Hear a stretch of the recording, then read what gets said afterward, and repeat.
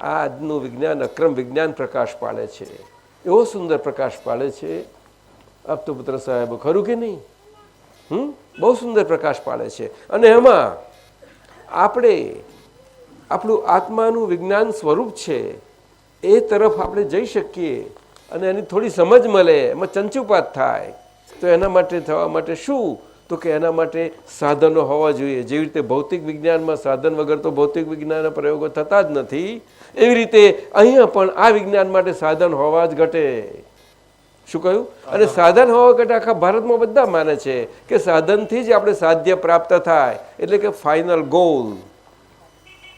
દરેકને ગોલ તો જોઈએ જ છે, ગોલ માટે લીવ આઉટ કરે છે, પરંતુ ગોલ ઓલવેઝ આગળ ને આગળ જતો જાય છે. રાઈટ? હા બોલતી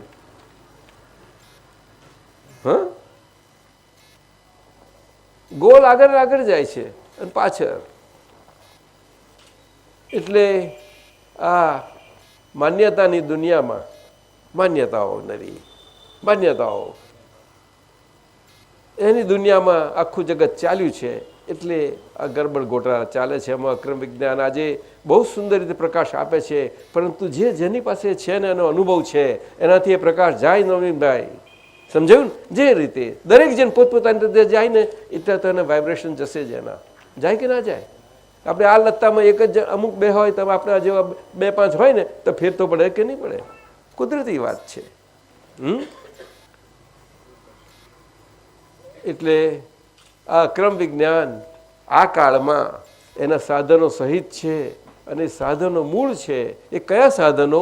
કે સોલ એઝ એ સાયન્સ, આત્મા વિજ્ઞાન સ્વરૂપે સમજવા માટે એ સાધનો આપણને તે તરફ લઈ જાય છે, એનો પ્રકાશ આપે છે, એની ઝાંખી થાય છે અને આગળ વધાય છે, પ્રગતિ કરાય છે. એને સત સાધનો કયા? શું કહ્યું? અને સત એટલે આત્મા. એટલે આત્મા પ્રાપ્ત કરવા માટે આત્મ સ્વરૂપ સાધનો જોઈશે. શું કહ્યું? કારણ કે આત્મા મૂળ વિજ્ઞાન છે અને વિજ્ઞાન ગપસપ વાળું હોઈ શકે નહીં કોઈ દાડો. એ કાયમનું હકીકત સ્વરૂપે હોય. આના માટે સત્સાધનોની કિંમત છે. કારણ કે આપણે સાધનોથી પરિણામો મેળવવા ટેવાયેલા છીએ, પરંતુ સત્સાધન જાણતા નથી. ત્યાં સુધી જે આપણને સાધનો પ્રાપ્ત છે અનાત્મ ભાગમાં બુદ્ધિથી, એ સાધનોથી આપણે પરિણામ મેળવવા જઈએ છીએ.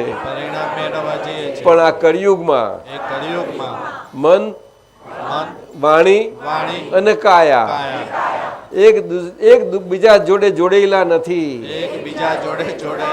કે જેથી એક સ્વરૂપે બધું કામ થયા કરે. આપણું એવા નહીં હોવાને કારણે બધાનો અનુભવ છે કે આ સાધનોથી પરિણામ મળતા નથી. બધાને સાચું બોલવું છે પણ બોલાતું નથી. બધાને પ્રામાણિક રહેવું છે પણ પ્રમાણિક રહેવાતું નથી. નીતિ પાળવી છે પણ પડાતી નથી.